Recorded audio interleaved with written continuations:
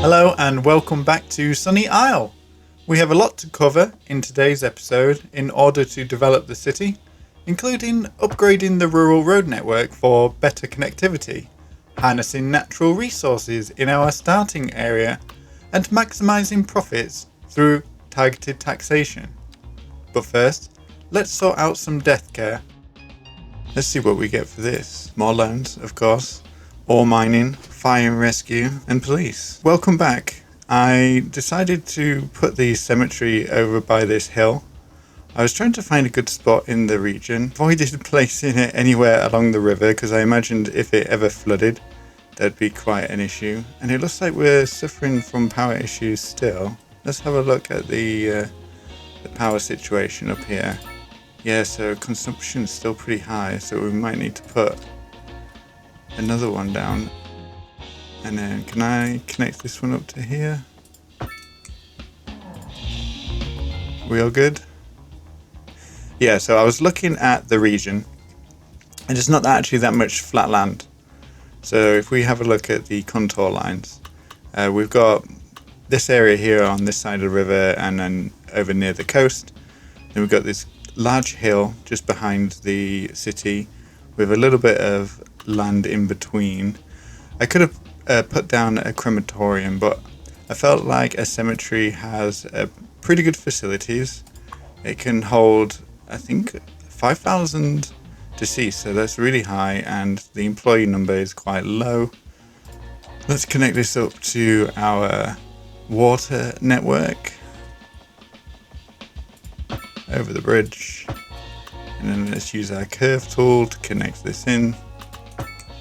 And that cemetery is connected. I just thought this was quite a spiritual area, given that we've got this hillside here. I imagine this was a real fitting place to bury your dead. And you can see it's not perfectly flat, but this asset quite nicely transforms with the topography, and hopefully that should resolve our dead body issue. Today I want to expand the city's outer road network. We have this country road that runs the length of the map, and at the moment it's not a very efficient route. So if we go to our city entrance, which is on this hillside here, it's just a very humble country road that comes around this coastline. And then we've got the west side access that comes around this hillside. And then it comes up to this point where I've got these two roundabouts, and then it crosses a bridge, goes along past our cemetery, crosses another bridge, and then comes to the north side of town.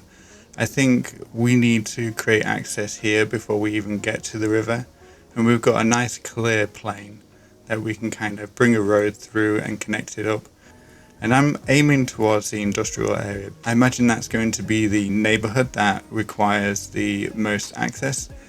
But first we seem to have a water issue. Oh dear, looks like we've got garbage piling up. Okay, yeah, that makes sense because we haven't put any garbage facilities down. That's causing a 22% debuff along with our service budget, which is cut. So let's just jump into our service budget and put that up just temporarily, and then let's have a look at what garbage management facilities we can put down. So at the moment we can only really put the landfill down. So I don't really want to have a landfill near the town itself. It'd be quite an unsightly feature to have in this area, but I think we've got a little bit of space on this end of our starting tile that might be suitable. Don't really want to put it near the water because it might pollute the water source. I think over here is good enough, if any. So let's just pull out a little road. Grab the landfill.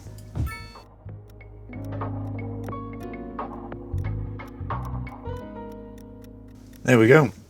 I tried to keep it within the boundaries of the tree line and also not go up this hill too much.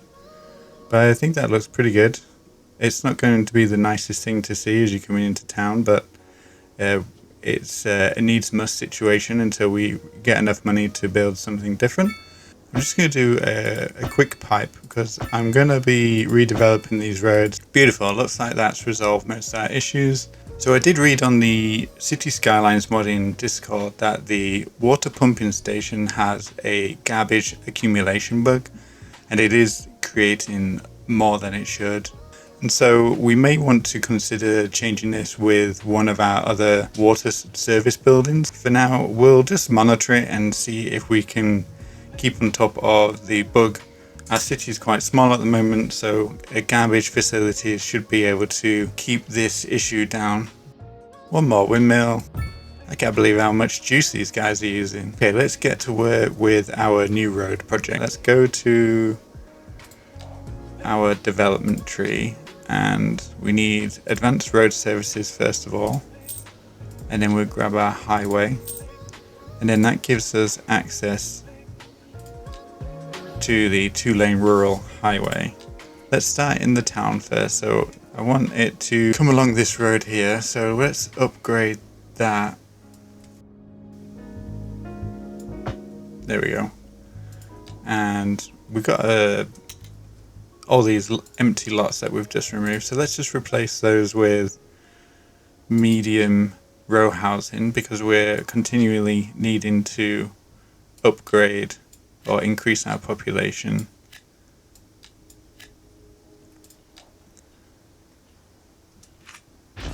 Oh look, we've just unlocked a new signature building, Vertigo Square. Lovely.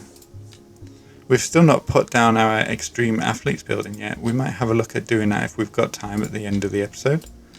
Okay, so we've got this road here and I want this to come straight out. Let's go to about there. I'm just going to put in all these straight segments first. We could just connect it up like that. And I can see we've got a nice clearing here. Let's turn on our topography lines and just make sure we're not cutting through any of this hillside. And I think we've got a little bit of a hill there that we need to avoid. Yeah, I think that'll be okay. And let's just connect these up.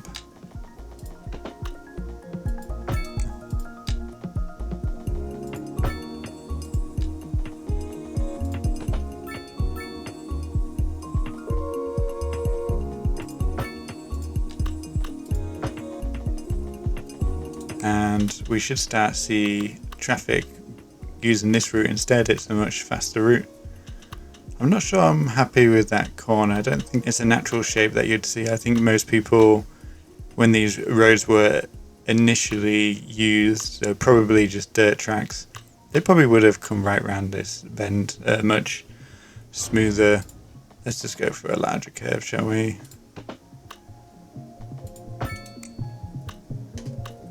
There we go, that looks a little bit better to me. And then we've got much faster access for our garbage facility to enter into town. Okay, so now we've got this strange configuration here where the road forks, and yeah, you can already see you've got cars being confused. Let's come at a 90-degree angle and we can use that road as a slip road, so let's just use the one way. Okay, so that should reduce the amount of traffic going past our cemetery. However, we have now reduced access to our northern industrial estate, so what we need to do is add a bypass road that goes across this river and then down to this side of town. I'm just going to straighten this road up a little bit. It's quite curvy at the moment and it's not really following any geographical features, so for the sake of efficiency I think we can get away with having some more structured road layouts, and then once we get closer to the hillside we can take advantage of some of the natural features to bring out some of those curvy roads that we all love dearly. And let's get rid of this one here, all the way up to here. And then we'll keep this one heading out of town. This can be one of our lower priority routes. I'm going to have the new ring road come past this farm, since this looks like it has a natural barrier. They're not going to be too pleased with all this traffic. Let's go 3 tiles out.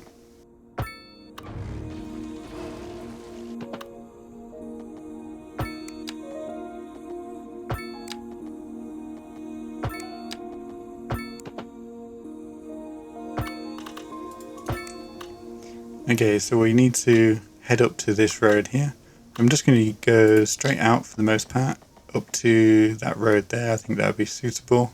And then we need to find a way to connect these up. So let's crack out our complex curve road again. Let's go 138 there. And then we can just connect that in. And it comes right past the farm. And creates quite a nice road through here. And we've got a little bit of farm access here. We can even make a small little detail here. So if we just pretend this is like a farm gate to enter into this property. I quite like that. And then we just need to add some access points to our industrial area. Let's bring these alley roads back. They don't need to be high capacity just yet, we just don't have the traffic for it.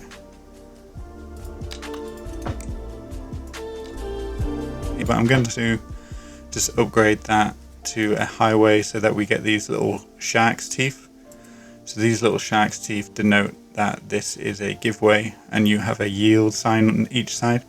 So the highway road will take priority and the vehicles will just come straight through, and any other vehicles will wait. I'm not entirely sure that I'm in love with this curved piece here. I think it doesn't really go with our construction style of straight long pieces with these shorter curved pieces. So I'm just going to fix this one up just a little bit. Lovely. Now we just need to connect it up from here to our main entrance over here.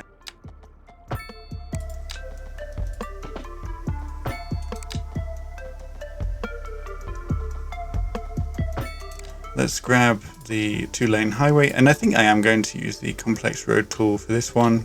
We've got so much open space out here, and there's no plans for dense development in the near future.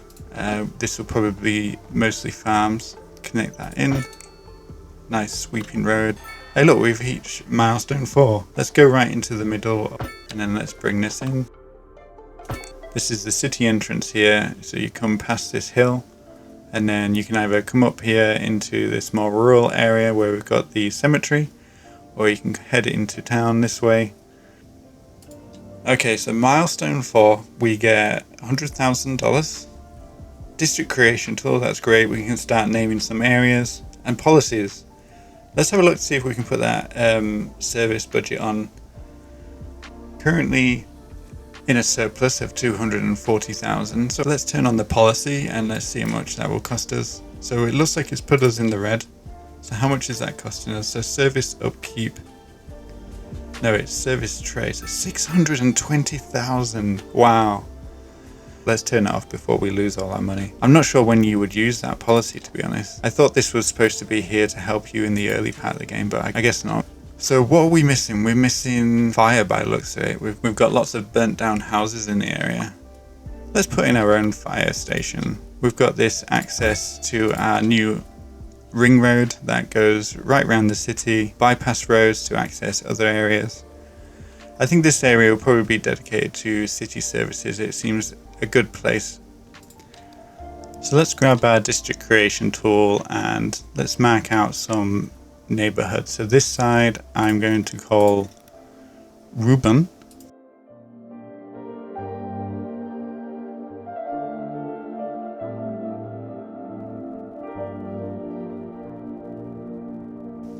And this is predominantly an industrial neighborhood. So let's call this the warehouse district. We call that one Caplin. So we've got our 3 districts, the Warehouse District, Caplin and Reuben. However, if you've got a suggestion for the city name overall, I'd be happy to hear it. Here on Sunny Isle, we're going to possibly look at having a few towns across the map, and this will just be the first of many. I'm going to extend these roads to the highway.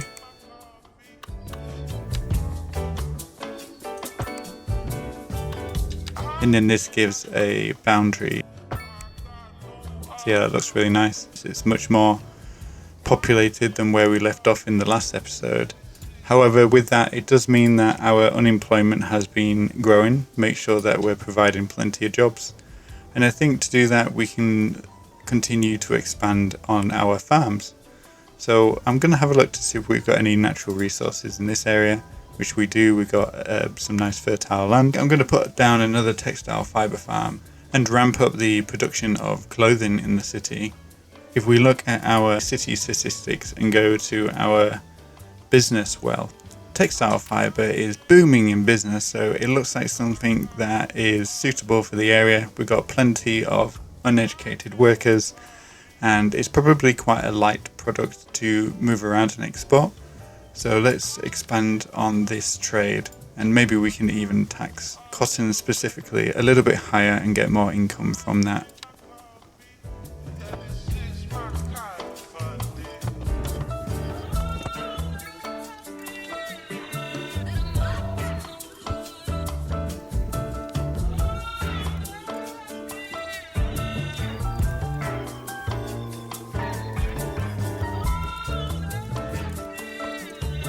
There we go, we've got a nice new farm field.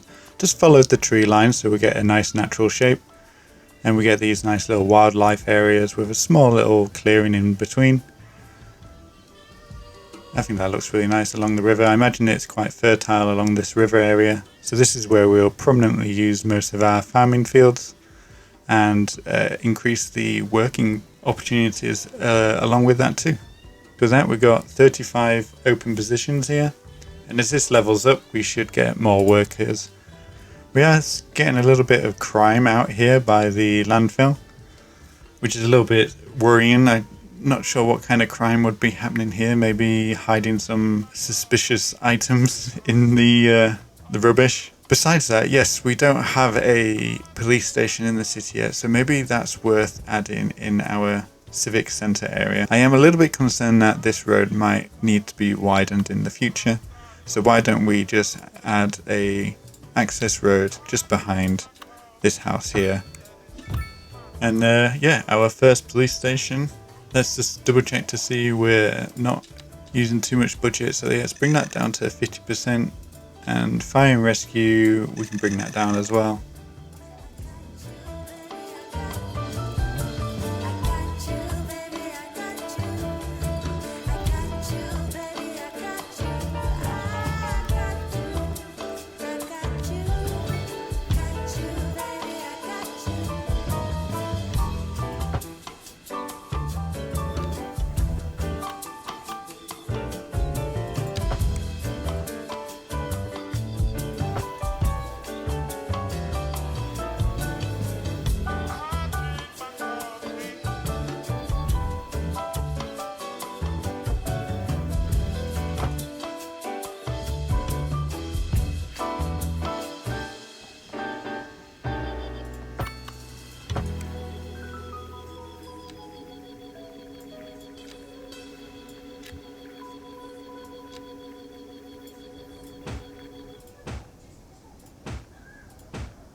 Okay, so I spent some time expanding the city, putting a few more farms down. We've got quite an expansive farming area now, covering most of the flat areas beside the river here. I also went through the city and added a few more areas for low density zoning on these outer areas.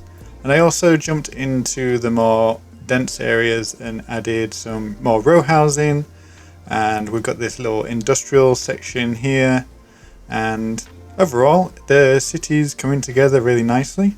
I detailed this school up a little bit as well. We've got this playing field in the back, with this circle thing that kids can run around on if they'd like.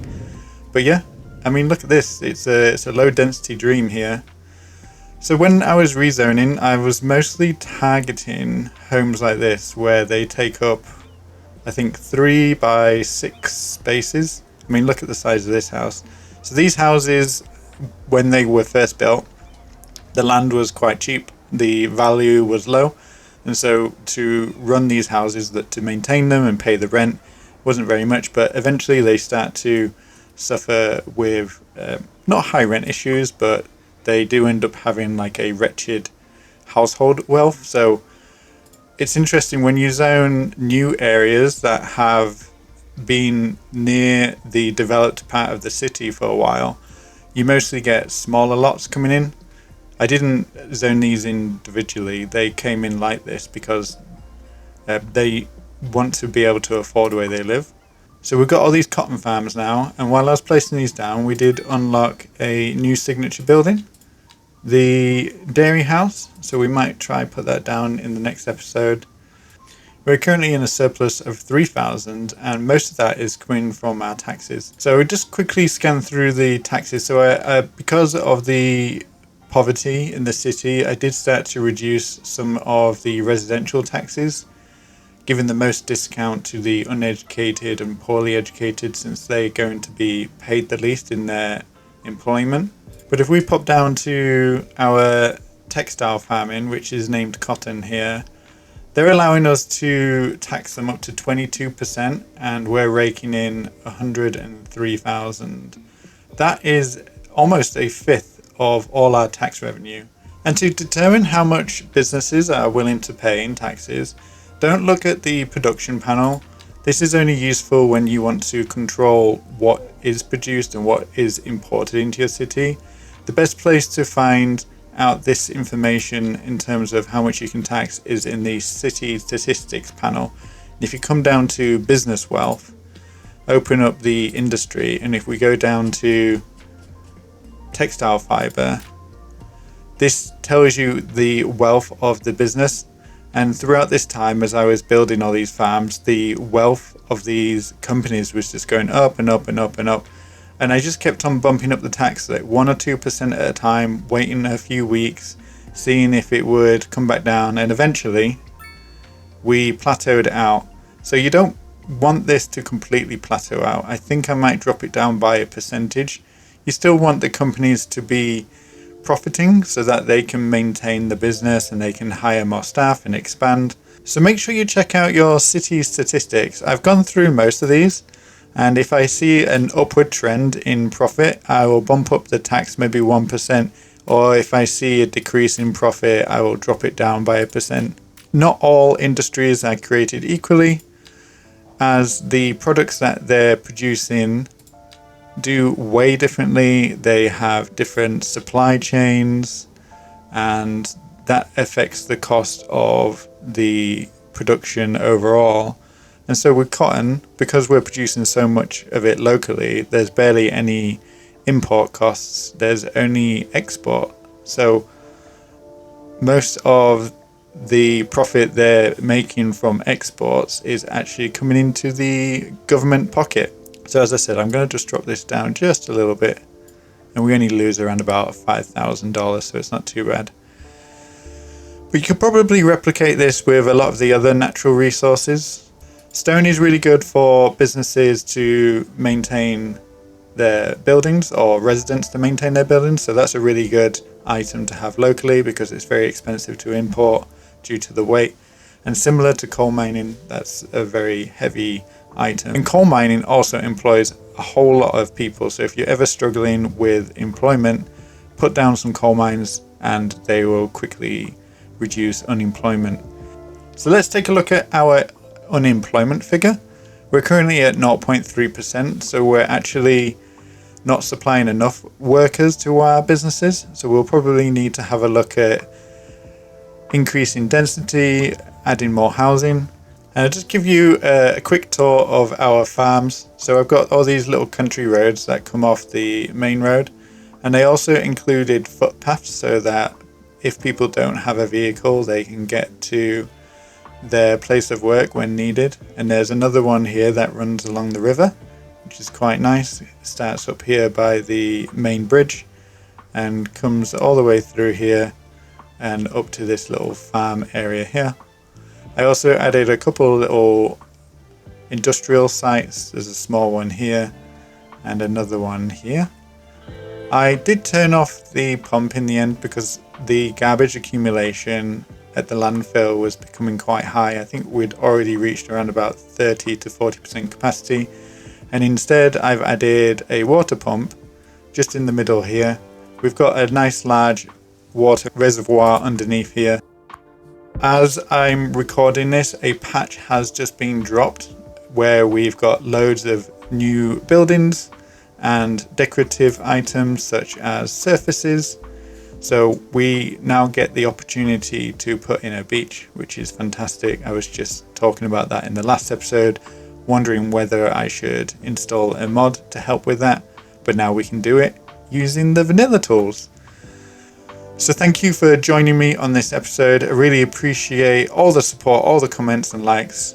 I'll see you in the next one. Goodbye.